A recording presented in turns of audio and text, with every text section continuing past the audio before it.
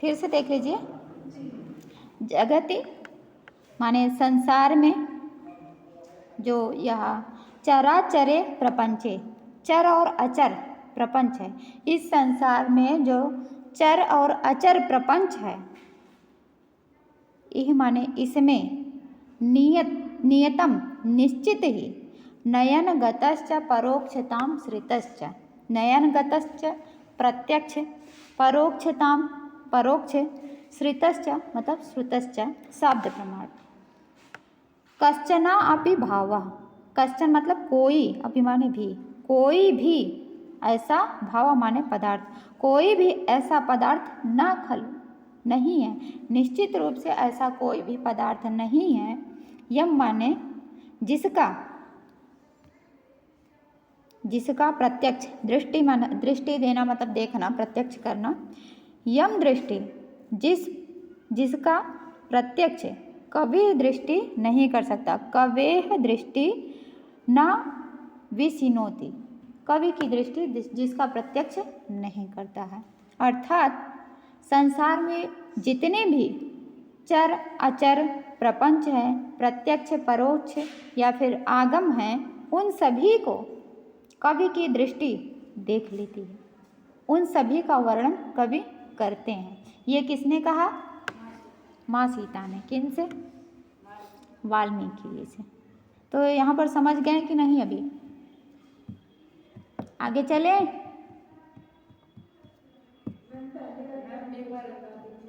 किसको? नयन गतस्थ मतलब नयन माने जानते हैं ना, नेत्र। गतस्थ मतलब नेत्रों के सामने जो आ जाता है। इस संसार में जितनी भी चीज़ें नेत्रों के सामने आती हैं उसी को ही कहेंगे प्रत्यक्ष। नयन गतस्थ मतलब है प्रत्यक्ष, और परोक्ष का मतलब है जो प्रत्यक्ष नहीं है, जो अनुमानित नहीं है। अनुमान प्रमाण बताए थे ना कल, प्रत्यक्ष प्रमाण अनुमान प्रमाण। जो प्रत्यक्ष और अनुमान से रहित है वही तो है परोक्ष,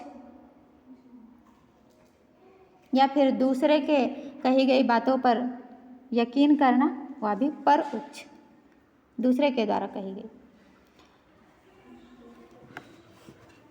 यह जगति संसार में, जगति माने संसार में, यह माने यह जो चराचरे चर और अचर प्रपंच है, इस संसार में जो यह चर और अचर प्रपंच है, इसमें खलु माने निश्चित रूप से, निश्चय ही, प्रत्यक्ष, नयनगतश्च मतलब प्रत्यक्ष, परोक्षताम और श्रितश्च, ये सभी कोई भी पदार्थ, कश्चना अपि, कश्चन अपि, कोई भी ऐसा पदार्थ नहीं है। कश्चन अपि भावा न, भाव माने पदार्थ, कश्चन अपि भावा न, कोई भी पदार्थ ऐसा नहीं है जिसका दृष्टि मतलब प्रत्यक्ष, जिसका प्रत्यक्ष कवेह कवि की दृष्टि और विसिनोति, कवेह दृष्टि विसिनोति न, कवि की दृष्टि जिसका प्रत्यक्ष